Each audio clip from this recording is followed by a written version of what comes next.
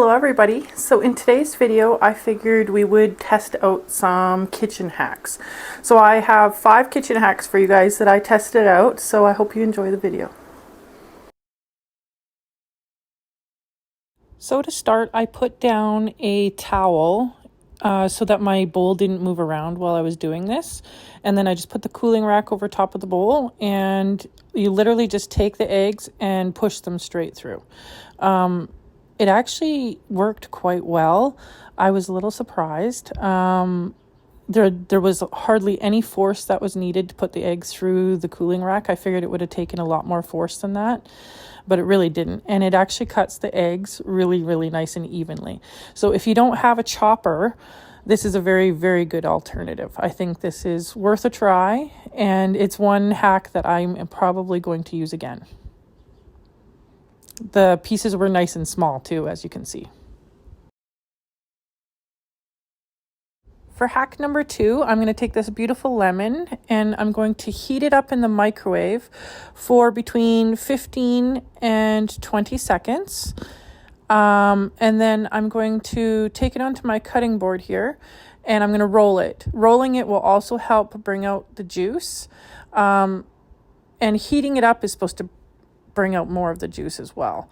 I found that while I was juicing it, it produced maybe an extra teaspoon, maybe 2 teaspoons. If you need a lot of juice, I would recommend definitely heating it up, but I wouldn't say it produced a ton of extra juice to warrant the extra step, but it was worth a try. Overall, it wasn't disappointing. It did produce a little bit more, but not an exceptional amount. So for this hack, I'm just taking my cutting board and putting it on top of the towel again so it doesn't move around. And I'm taking my apple slicer and we're going to cut potato wedges. I do recommend really pushing it into the top of the potato to start it off, just so you don't cut your fingers.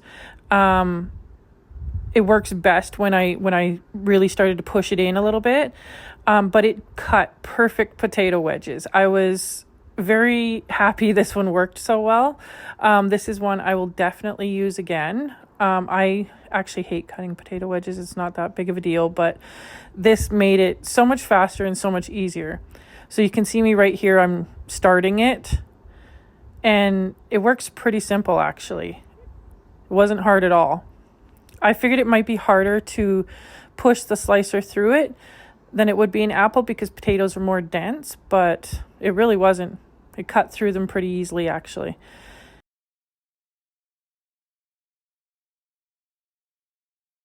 The only issue that I did have was pulling them apart at the base of the slicer right here. As you can see, I'm pulling them apart. And then I take a knife and I'm just slicing the middle pieces just so I can use those as well so they don't go to waste. This was a good hack. So to start, I used a chopstick for this. I didn't have any skewers on hand, so I just used a chopstick. My marshmallows were all melted together in the bag. They were just all stuck together because I had bought these on a really hot summer day. So I had to pry them apart. But this hack, I actually was expecting this to fail. I didn't think the toaster was going to get hot enough coming out the top to toast the marshmallow. So this one, I was pleasantly surprised to see that it actually was working. It did take a lot longer than I thought it would. I did chop some of the clips so you didn't have to watch me stand there for 10 minutes, but I would say altogether I was standing there trying to toast it for about 5 to 10 minutes. But it actually did work. I was very surprised. I got it to at least a nice golden brown before it started to get really, really liquidy. So I did have some s'more fixings next to me here, ready to use. My daughter was pretty happy. She got a s'more out of this. So yeah, it actually did work. So if you don't have a blowtorch, like a kitchen torch or a backyard with a fire pit, this is actually a good way to make s'mores. It would work well. I highly recommend it. Just have a little bit of patience and it'll work fine. I did put the toaster on the highest setting as well.